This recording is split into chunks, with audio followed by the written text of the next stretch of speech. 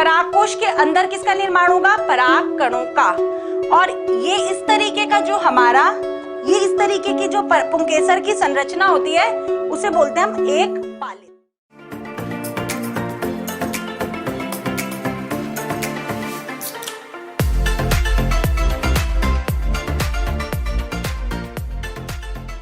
Hello प्यारे बच्चों, कैसे हो आप सब? तो आज हम देखेंगे हमारा ये न्यू टॉपिक लघु बीजाणु जनन। तो अब हम टॉपिक के बारे में थोड़ी सी बात कर लेते हैं। देखो, मैंने तुम्हें लास्ट बताया था कि जो हमारा फ्लावर है, पुष्प है, उसकी संरचना कैसी होती है। तो हम पुष्प की संरचना पढ़ चुके हैं और जिन बच्चों ने नहीं देखा मेरा फर्स्ट वाला लेक्चर वो जरूर देख ले, क्योंकि वो फर्स्ट वाले लेक्चर से जुड़ के अभी हम ये सेकेंड लेक्चर देखेंगे। अब हमारा ये सेकेंड टॉपिक है लघु बीजाणु जनन। हमने बात कर ली थी कि जो नर जनन अंग है उसे क्या कहते हैं? पुंकेसर कहते हैं। और पुंकेसर से किसका निर्माण होता है? पराग कण का निर्माण होता है। अब हम इस टॉपिक में, इस लेक्चर में यही पढ़ेंगे कि जो हमारा पुंकेसर है वो कैसे पराग कणों का निर्माण करता है और जो हमारे पराग कण होते हैं पुष्प के, उसकी संरचना कैसी होती है। मैं आपको ये बता चुकी हूँ, ये सेक्सुअल लैंगिक जनन है, तो इसमें दो गैमेट चाहिए होंगे, दो जननांग चाहिए होंगे, मादा जननांग और नर जननांग। तो हम नर जननांग की संरचना देख चुके हैं, लेकिन मैं फिर भी आपको थोड़ा सा बता दूंगी कि जिससे आप लोगों को दोबारा से रिवाइज हो जाए। अगर हम ये आपको यहाँ पर ये चित्र दिख रहा होगा, डायग्राम, इसमें ये स्टेमन, जो स्टेमन हमारा है उसे कहते हैं हम पुंकेसर। अगर हम इस पुंकेसर की बात करें तो ये जो आपको दिख रहा है, इसमें देखो यहाँ पर बीच में आपको एक लाइन दिख रही है ना, ये लाइन। तो इसका मीन्स क्या है? ये बीच में से, जिसको इंग्लिश में कहते हैं, ये इस तरीके से ऐसे दिख रहा है ना आपको, बाइलोब्ड है, द्विफलक, इसको बोलेंगे हम, द्विपालित होता है ये, ठीक है। इसके दो लोब है तो इसको बोलेंगे हम द्विपालित। और अगर हम ये देखें, ये है, इसके अंदर केवल ऐसे आपके परागकोश है, ठीक है। तो ये परागकोश इसके अंदर है। परागकोश के अंदर किसका निर्माण होगा? पराग कणों का। और ये इस तरीके का जो हमारा, ये इस तरीके की जो पुंकेसर की संरचना होती है उसे बोलते हैं हम एक पालित। इसको हम बोलेंगे एक पालित संरचना और इसको बोलेंगे द्विपालित संरचना और चतुष्फलकीय।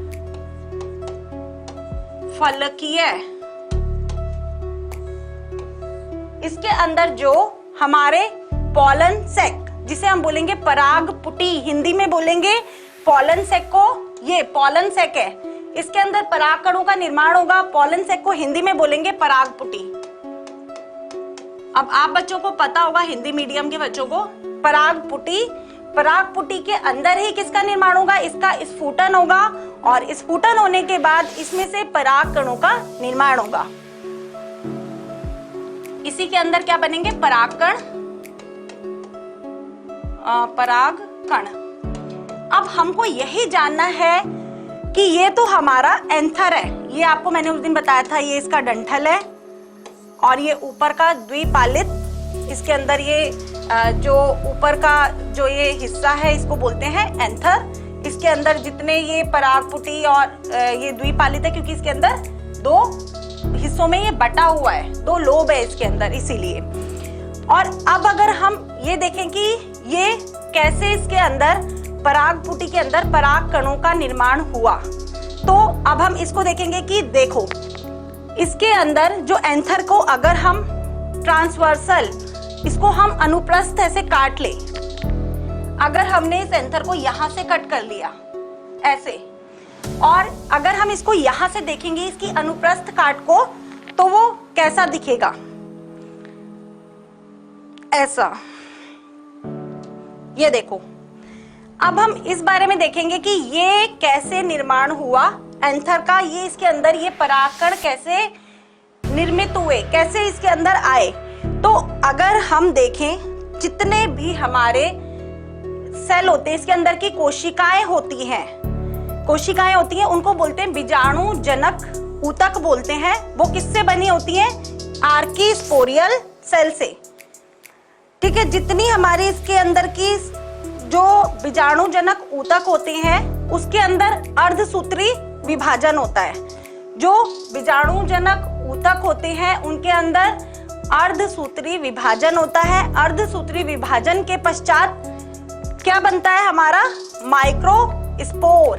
माइक्रोस्पोर को हिंदी में बोलेंगे लघु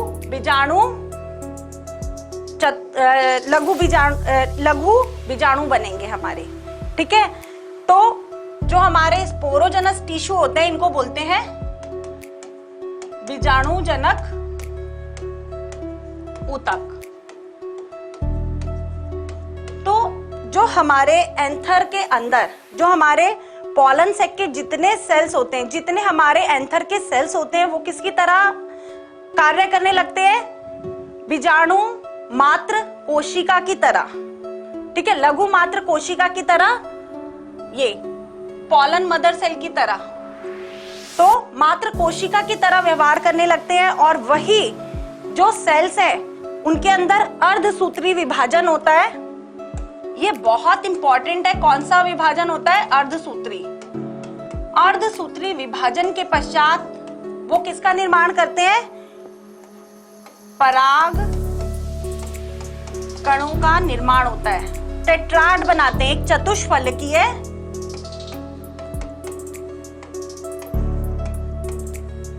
एक चतुष्फलक का निर्माण करते हैं। एक चतुष्फलक बनाते हैं।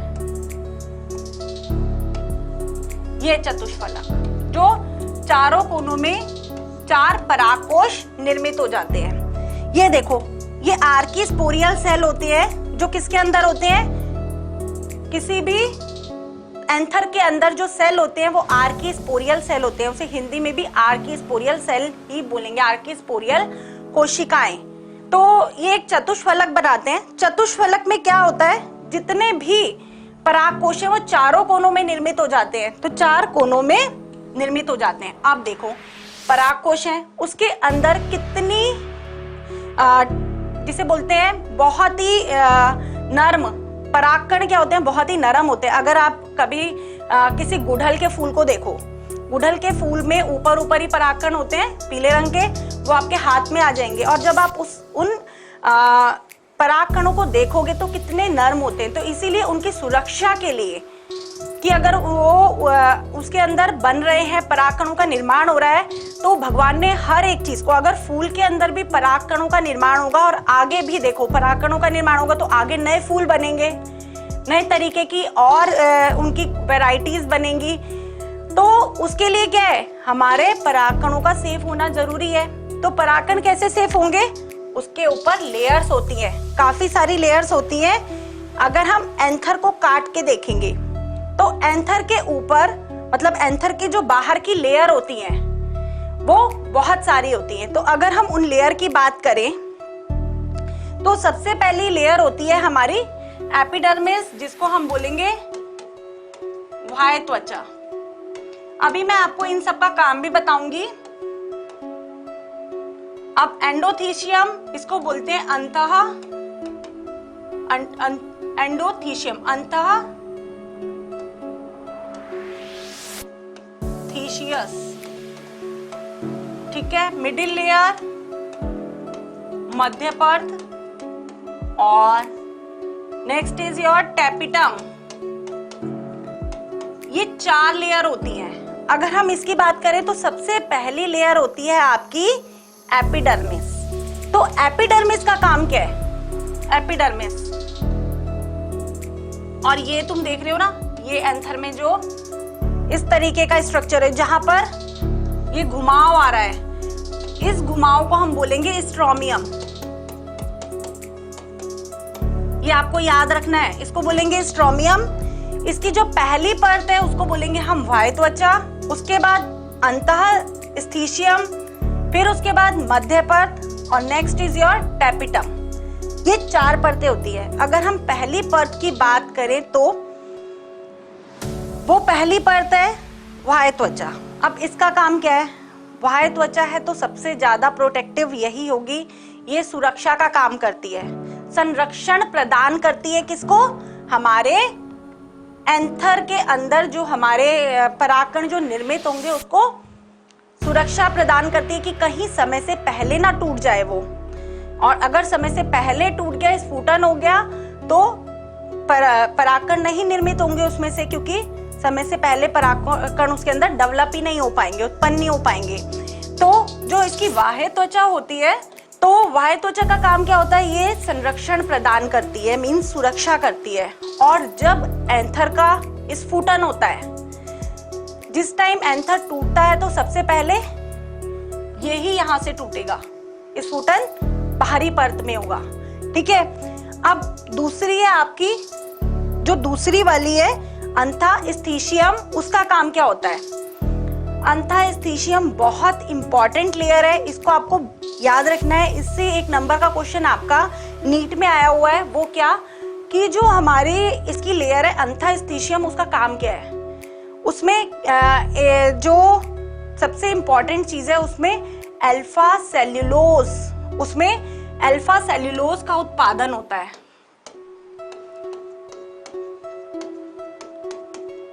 इसके अंदर अल्फा सेल्यूलोज का उत्पादन होता है और अल्फा सेल्यूलोज के उत्पादन की वजह से जो एक अल्फा सेल्यूलोज एंजाइम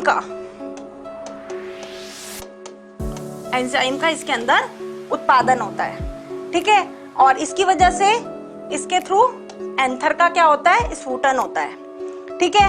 अब आपकी थर्ड लेयर है मध्य परत। अब मध्य परत तो ऐसा नहीं है कि ये मिडिल में ही होगी, बीच में ही, मध्य में ही होगी।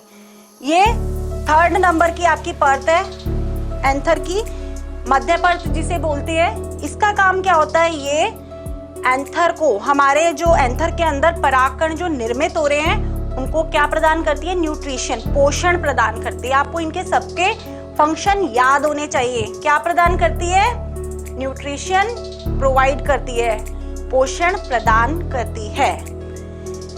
अब आपकी चौथी परत के बारे में हम बात करेंगे। तो आपकी चौथी परत के बारे में मैंने आपको बताया ना, कौन सी है वो, आपकी टेपिटम। तो टेपिटम का क्या काम है, जो टेपिटम है ये बहुत इंपॉर्टेंट है। तो टेपिटम की अगर हम बात करें तो इसके बारे में क्या है, एक तो ये जो पॉलन सैक है उसके ऊपर की परत होती है, उसकी बाहरी परत, जो परागकोश है उसकी बाहरी परत, और आपके ये एंथर की सबसे आंतरिक परत है, ठीक है।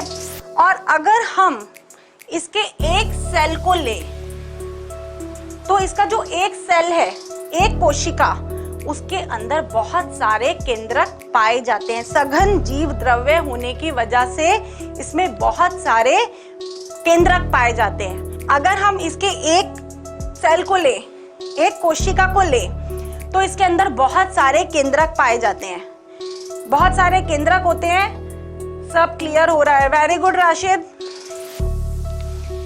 इसके अंदर बहुत सारे केंद्रक होते हैं, तो इसीलिए ये 2 तरीके से काम करता है। इसके अंदर एंजाइम और हार्मोन दोनों होते हैं, ठीक है। एंजाइम और हार्मोन दोनों होते हैं, और ये दोनों मिलकर क्या बनाते हैं, एक यूबेश बॉडी का निर्माण करते हैं। ये आपको कहीं नहीं मिलेगा, टेपिटम के बारे में ये आपको कहीं नहीं मिलेगा, ठीक है। जो इसके सेल्स होते हैं, जो कोशिकाएं होती हैं, उसके अंदर बहुत सारे केंद्रक होते हैं, बहुकेंद्रकीय होती है वो, इसीलिए उसमें 2 तरीके के फंक्शन होते हैं। देखो, हार्मोन भी का भी वो निर्माण करता है, हार्मोन भी सिक्रीट करता है और एंजाइम भी सिक्रीट करता है। ये दोनों सिक्रीट करके वो एक यूबेश बॉडी का निर्माण करता है। तो हमने अभी इनकी चारों परतों के बारे में पढ़ा। मैं फिर भी दोबारा से रिवाइज कर लेती हूँ, सब समझ लेंगे आप दोबारा से, आपको अच्छे से याद हो जाएगा कैसे 4 परतें होती हैं। पहली आपकी बाह्य त्वचा, जो क्या करती है, संरक्षण करती है। दूसरी आपकी अंतःस्थिशियम, अंतःस्थिशियम की स्पेशलिटी है, उसमें अल्फा सेल्यूलोज एंजाइम उसमें से निकलता है। ठीक है। थर्ड आपकी है मध्य परत। मध्य परत न्यूट्रिशन प्रोवाइड करती है, पोषण देती है, किनको? पराग कणों को पोषण देती है। इसके अलावा आपकी लास्ट टैपिटम। टैपिटम पोषण तो देती ही है, साथ ही साथ क्या करती है? ये यूबिश बॉडी का निर्माण करती है। ये आपको याद रखने वाली बात है इसमें। यूबिश बॉडी का निर्माण कौन करता है? हमारा टैपिटम। टैपिटम लेयर के थ्रू यूबिश बॉडी का निर्माण होता है। अल्फा सेल्यूलोज की थिकनिंग कहां पर होती है? वो कहां पर होती है? हमारी अंतःस्थिशियम में। अब आपने चारों लेयर्स के बारे में आपको पता लग गया कि चारों लेयर्स का क्या क्या काम होता है। पहली आपकी बाह्य त्वचा, जिसका काम होता है कि वो संरक्षण करती है। दूसरी होती है आपकी अंतःस्थिशियम, वो क्या करती है? उसके अंदर अल्फा सेल्यूलोज निकलता है। थर्ड है आपकी मध्य परत, जो पोषण प्रदान करती है। उसके बाद आपकी फोर्थ परत है टैपिटम। टैपिटम के दो काम है, एक तो वो पराग कोश की सबसे बाह्य त्वचा है, बाह्य परत है, और आपके एंथर की सबसे आंतरिक। ठीक है, फोर्थ नंबर पे सबसे आंतरिक है एंथर के, और आपके जो पराग कोश है उसकी सबसे बाह्य परत है। ठीक है, एक तो बात ये हो गई। और जो अगर हम इसके एक सेल को देखें, एक कोशिका को देखें, तो इसकी एक कोशिका के अंदर, एक कोशिका में बहुत सारे केंद्रक होते हैं, बहुकेंद्रकीय होती है इसकी कोशिकाएं, और इनके अंदर जो जीव द्रव्य होता है बहुत ज्यादा सघन जीव द्रव्य होता है, और बहुकेंद्रकीय होती है इसकी कोशिकाएं। तो हर एक कोशिका के अंदर क्या होता है? एंजाइम भी सिक्रीट करने की शक्ति होती है, और दूसरा हार्मोन भी सिक्रीट करती है। तो दोनों सिक्रीट करने की वजह से ये किसका निर्माण करते हैं? यूबिश बॉडी का निर्माण करते हैं। अब आ गया आपको समझ में? बिल्कुल राशिद। ठीक है, तो ये इस तरीके से यूबिश बॉडी का निर्माण करते हैं। अब टैपिटम है, तो जब एंथर हमारा परिपक्व हो जाएगा, मैच्योर हो जाएगा, तो फिर ये इन्हीं परतों की वजह से इसमें क्या होगा? स्फुटन हो जाएगा। कैसे? अब यहाँ से अगर मान लो, ये देखो आपको यहाँ पर है ना, स्फुटन हो गया, और ये परागकण रिलीज हो जाएंगे। अब ये देखने वाली बात है कि जो एंथर है हमारा, वो जो फ्लावर है, पुष्प है, वो कहाँ पर है? हवा में एंथर को रिलीज करता है, या फिर पानी में रिलीज करता है, इसी तरीके से, या फिर इंसेक्ट्स उसको ले जाते हैं। तो कहाँ एंथर रिलीज हो रहे हैं, ये देखने वाली बात है। ठीक है, तो इस तरीके से पराग कणों का निर्माण हमने पढ़ लिया कि कैसे होता है। मैंने तुम्हें इसकी परिभाषा भी बता दी कि जितने भी आर्किस्पोरियल सेल होते हैं वो क्या करते हैं? बीजाणुजनक ऊतक का निर्माण करते हैं, और वो बीजाणुजनक ऊतक से किसका निर्माण होता है? हमारे चतुष्फलकीय इस आकृति का, जिसके अंदर चार हमारे परागकोश चारों कोनों में निर्मित हो जाते हैं। तो इस प्रोसेस को हम पूरा क्या कहते हैं? लघु बीजाणु जनन। अब देखो, ये भी सोचने वाली बात है कि इसका नाम लघु बीजाणु जनन क्यों रखा गया? लघु बीजाणु जनन है ना, तो ये नर बीजाणु जनन भी इसको कहेंगे।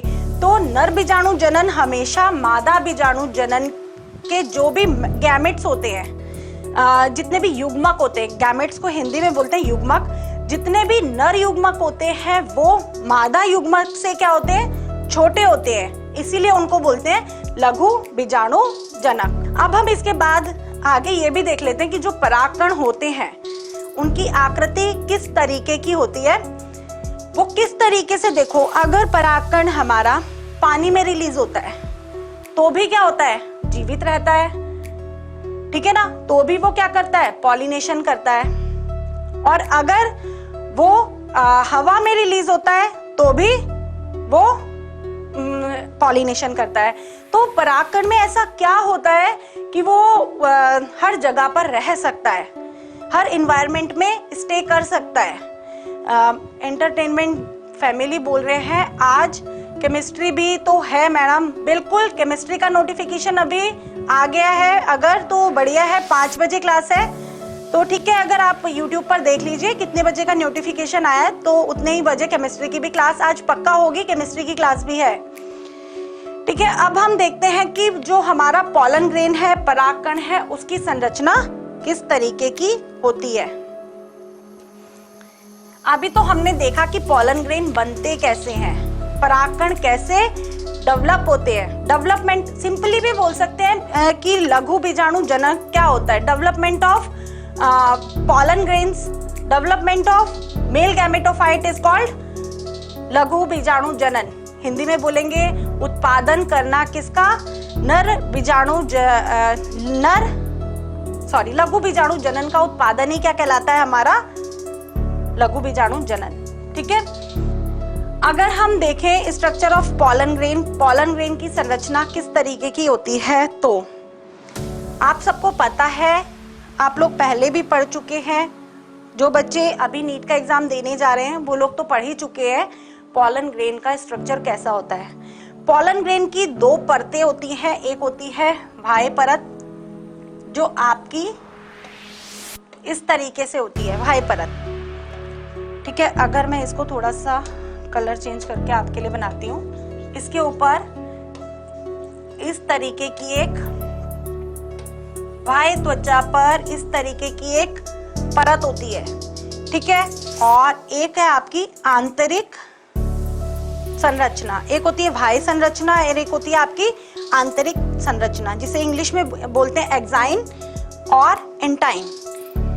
अगर हम बात करें बाह्य चोल की, इसको बोलते हैं बाह्य चोल, और ये होता है हमारा आंतरिक चोल, जिसे इंग्लिश में यहाँ लिखा है एक्साइन एंड एंटाइन। अब जो हमारी बाह्य चोल होता है वो अनिरंतरित होता है। ये आपको याद रखने वाली बात है इसके बारे में कि ये अनिरंतर रहता है। बीच में देखो आपको इसके गैप दिख रहा है ना, तो ये अनिरंतर परत होती है। और जो हमारी आंतरिक चोल होता है वो एक निरंतर परत होती है, लगातार, जो कंटिन्यूअस लेयर उसको इंग्लिश में बोलते हैं, कंटिन्यूअस लेयर है। अब बाह्य चोल के ऊपर ऐसी क्या चीज होती है, ऐसा कौन सा ऐसा कौन सा पदार्थ होता है जिसकी वजह से हमारा जो परागकण है वो जीवित रह सकता है बहुत लंबे समय तक। अब देखो परागकण मैंने आपको बोला रिलीज हुआ, अब रिलीज तो हो गया, अब नहीं पता कि उसको फ्लावर का फीमेल पार्ट मिलेगा इतनी जल्दी कि नहीं मिलेगा, उसे काफी लंबे समय तक घूमना पड़ेगा। अब है वो पानी में निर्मित हुआ है या फिर हवा में हुआ है, तो ऐसा क्या होता है परागकण के ऊपर जो वो लंबे समय तक जीवित भी रह लेता है और नष्ट भी नहीं होता। तो इसके ऊपर जो बाह्य चोल है, इसके ऊपर एक स्पोरो पॉलिनिन पदार्थ होता है। स्पोरोपोलिनिन एक पदार्थ होता है जिसकी वजह से ये किसी भी बहुत ज्यादा अम्लीय, अगर अम्लीय जगह पर भी रिलीज होगा या फिर क्षारीय जगह पर भी रिलीज होगा या फिर पानी में रिलीज होगा या कहीं पर भी बहुत कम टेम्परेचर हो या बहुत ज्यादा टेम्परेचर हो, ये हर जगह जीवित रह सकता है। तो इसकी ये स्पोरोपोलिनिन की ये क्वालिटी है। अब ये भी क्वेश्चन आता है कि स्पोरोपोलिनिन है क्या, तो स्पोरोपोलिनिन क्या है, एक प्रोटीन है, ये आपको याद रखना है। कुछ लोग बोलते हैं कि स्पोरोपोलिनिन विटामिन है, मिनरल है, क्योंकि एज अ कहीं पर सप्लीमेंट भी इसको लिया जाता है, पॉलन ग्रेन्स को लिया जाता है। जितने भी जिम होते हैं, आपको पता है ना, जिम में जो सप्लीमेंट्स दिए जाते हैं तो वो कौन से होते हैं, वो प्रोटीन सप्लीमेंट्स होते हैं। तो प्रोटीन के जो सप्लीमेंट्स होते हैं वो इसी से बने होते हैं। ठीक है, इसके बारे में हम बाद में बात करेंगे, पहले हम इसका स्ट्रक्चर देख लेते हैं कि क्या इसके अंदर होता है। स्पोरोपोलिनिन नाम का प्रोटीन, आपको ये याद रखना है कि ये क्या है, प्रोटीन है। ठीक है, और ये क्या है, हमारी आंतरिक त्वचा, ये क्या है, एक निरंतर त्वचा है, निरंतर परत है।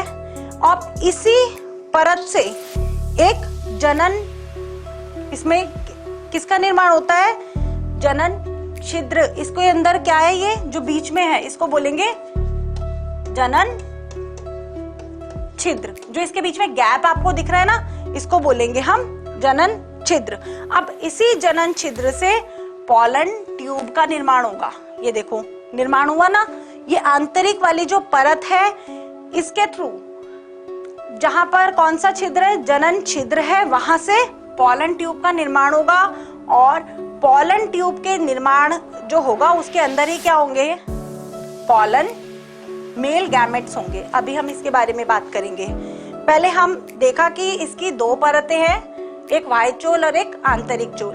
जो बाह्य चोल है वो स्पोरोपोलेनिन उसके ऊपर है, इसी वजह से ये किसी भी जगह स्टे कर सकता है। जो हमारा एंथर है वो कहीं पर भी रह सकता है, बहुत अम्लीय क्षारीय स्थिति में, या फिर जहाँ पर बहुत कम टेम्परेचर है, बहुत ज़्यादा टेम्परेचर है, वो हर जगह पर स्टे कर सकता है, स्टेबिलिटी हो सकती है। ये प्रोटीन का बना होता है, इसकी प्रतिरोधक क्षमता बहुत ज़्यादा होती है, इसीलिए इसकी रेजिस्टेंस जिसको बोलेंगे प्रतिरोधक क्षमता बहुत ज़्यादा होती है ड्यू टू स्पोरोपोलेनिन। स्पोरोपोलेनिन की वजह से इसकी क्षमता बहुत ज़्यादा होती है, प्रतिरोधक क्षमता बहुत ज़्यादा होती है, और इसी की वजह से जो परागकण है वो खराब नहीं होते बहुत लंबे समय तक। ठीक है, अगर हम इसकी बात करें कि इसकी डायमीटर कितनी होती है, तो इसकी 20 to 25, इसकी जो व्यास होता है 20 to 25 कितना होता है, माइक्रोमीटर होता है। और मैंने आपको बताया कि जो इसकी इंटरनल लेयर है, ये जो आंतरिक चोल है, ये कंटिन्यूअस लेयर है। ठीक है, हाँ, बाह्य चोल कठोर होता है, बिल्कुल, हाँ, बाह्य चोल कठोर होता है। क्यों? क्योंकि उस पे स्पोरोपोलेनिन लगा होता है। हमें तो सॉफ्ट लगेगा ही भाई, हम खुद इतने कठोर हैं। फूल देखो, फूल कितना सॉफ्ट है, फ्लावर जो आपको पुष्प है वो कितना सॉफ्ट है, पुष्प के अकॉर्डिंग बाह्य चोल उसका कठोर होगा। ठीक है, लेकिन हम अपने अकॉर्डिंग ना उसको देखें ना कि बाह्य चोल उसका कठोर बोला है तो भाई पुष्प इतना हल्का फुल्का सा है, उसका बाह्य चोल कैसे कठोर हो गया। लेकिन उसकी कठोरता का आप कैसे पता लगा सकते हैं कि उसकी प्रतिरोधक क्षमता। अब आपको अगर एसिडिक मीडियम में रख दें तो आपके ऊपर इफेक्ट पड़ेगा, लेकिन अगर परागकण बहुत एसिडिक मीडियम में, बहुत कम टेम्परेचर में होते हो तो आप क्या करते हो, आपको ठंड लगती है, आपको क्या पहनने पड़ते हैं, बहुत सारे स्वेटर्स। और अगर आप बहुत ज़्यादा टेम्परेचर में होते हो तो आप एसी का यूज़ करते हो। ठीक है ना, लेकिन फूल तो कहीं पर भी है और वो कुछ भी ऐसा नहीं कर रहा, तो उनकी प्रतिरोधक क्षमता बहुत ज़्यादा होती है, कठोर होता है, बिल्कुल। अब मैंने आपको बताया जो ये जनन छिद्र है वही किसका निर्माण करता है, पराग नली का निर्माण करता है। ठीक है, पराग नली का निर्माण करता है, और जिसके अंदर किसका डेवलपमेंट होता है, मेल गैमेट का, नर युग्मक का। दो नर युग्मक उसके अंदर उत्पन्न होते हैं। इसके अंदर दो तरीके के सेल होते हैं, एक होता है कायिक कोशिका और दूसरी होती है इसके अंदर जनक कोशिकाएं। एक होती है, इसके अंदर दो तरीके की कोशिकाएं होती है, एक बड़ी होती है उसको बोलेंगे कायिक कोशिका। आप यहाँ पर मैं थोड़ा सा इरेज कर रही हूँ, इसको बोलेंगे कायिक कोशिका।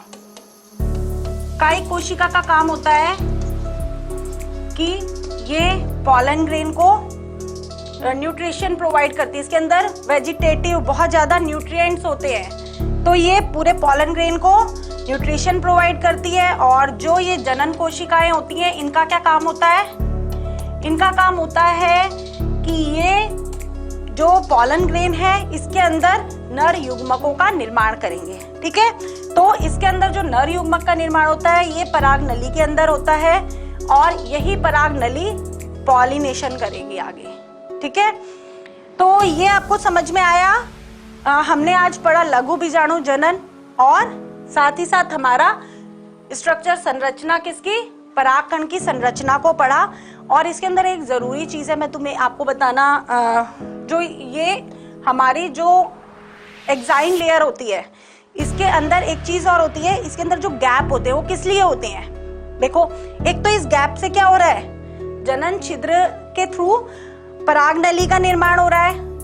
दूसरा इसके अंदर क्या हो रहा है, इसके अंदर जितना भी देखो गैप है, गैप के थ्रू अगर पॉलन ग्रेन कहीं पर भी जा रहा है तो वहां पर क्या है, उसको ऑक्सीजन की जरूरत है, हवा चाहिए, न्यूट्रिशन चाहिए, जितने भी खनिज पदार्थ हैं वो कहाँ से जाएंगे, इस गैप के थ्रू। तो बच्चों ये लेक्चर आज यही खत्म करते हैं।